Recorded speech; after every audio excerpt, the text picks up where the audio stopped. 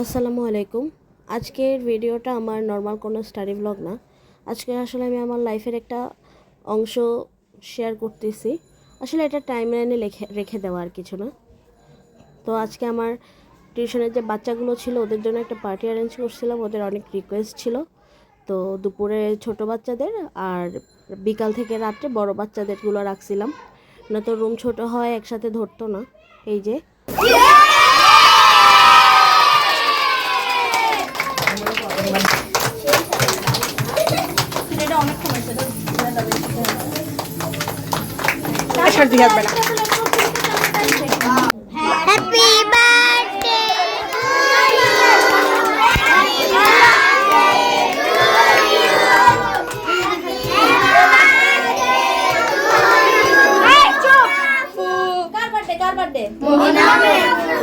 আমার বার্থডে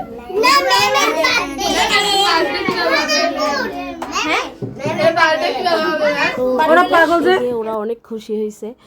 এক পর্যায়ে কেক যখন কাটতেছি বলতেছে হ্যাপি বার্থডে, আমি বলতেছি কার বার্থডে, বলতেছে ম্যামের বার্থডে। আর ওদের খাওয়াইতে আমার এত পরিমাণ কষ্ট হয়েছে। ওরা আজকে অনেকে আছে যে প্রথমবার ভাত খাচ্ছিল, মানে ওরা হাত দিয়ে কখনো ভাত খায় নাই। তো আমি ওদেরকে শেখাচ্ছিলাম হাত দিয়ে কীভাবে ভাত খাইতে হয়। পরের দিন আমাকে এসে বলতেছে ম্যাডাম আপনি তো কালকেও আমাদের কিছু না কিছু শিখাইছেন, ভাত খাওয়া শিখাইছেন। মানে এত চালাক এগুলো আসলে। ওদেরকে পড়াইতে হ্যাঁ মাঝে মধ্যে কষ্ট হয়, যেহেতু অনেক ছোট বাচ্চা আছে, আবার বড় বাচ্চা আছে। এমন না যে ছোটরা দুষ্টুমি করে বড়রা করে না, মানে সবাইকে হ্যান্ডেল করা এক একটা চ্যালেঞ্জ। আমার এক একটা স্টুডেন্ট আমার এক একটা চ্যালেঞ্জ, কিন্তু ওদের ভালো লাগে আসলে। এই যে আমি ওদের ছবি তুলতে বলতেছি একটু পোজ দাও, মানে রেডি পোজ দেওয়ার জন্য। তো আমি আসলে ওদের নিয়ে যখন ব্যস্ত থাকি তখন আমার আর মনে থাকে না যে আমার শরীর সুস্থ আছে কিনা অসুস্থ, আমার মন খারাপ নাকি ভালো।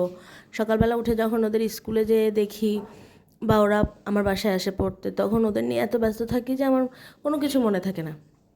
আর আমার ভালোও লাগে।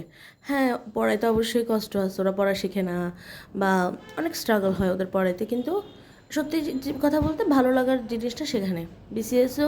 বিসিএসও ট্রাই করতেছি এই কারণে, যদি আমি পারি বিসিএস পাশ করতে তাহলে তো পারলাম, আর যদি না পারলাম হয়তো বিসিএস প্রিপারেশনের জন্য আমার যে যোগ্যতাটা বা আমার যে দক্ষতাটা ওইটা হয়তো আরও বেশি বাড়বে।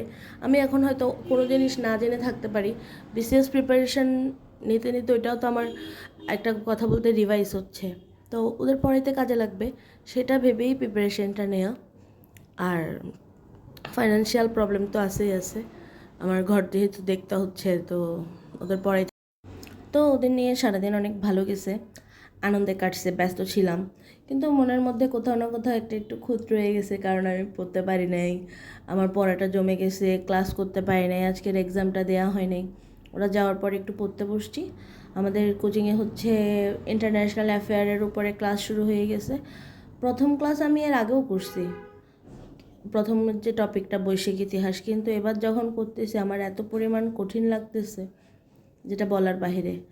মানে সত্যি ইন্টারন্যাশনাল অ্যাফেয়ার আমার জন্য একটা টাফ সাবজেক্ট, পড়ায় মনোযোগ আসতেছে না, তার উপরে আমি যেহেতু অসুস্থ আরও বেশি কষ্ট হচ্ছে, কিন্তু কিছু করার নেই, পড়তে তো হবেই। আর আমি হয়তো এই মাসটা ভালো করে পড়ালেখা করতে পারবো না, কারণ সব বাচ্চাদের ফাইনাল এক্সাম আসতেছে।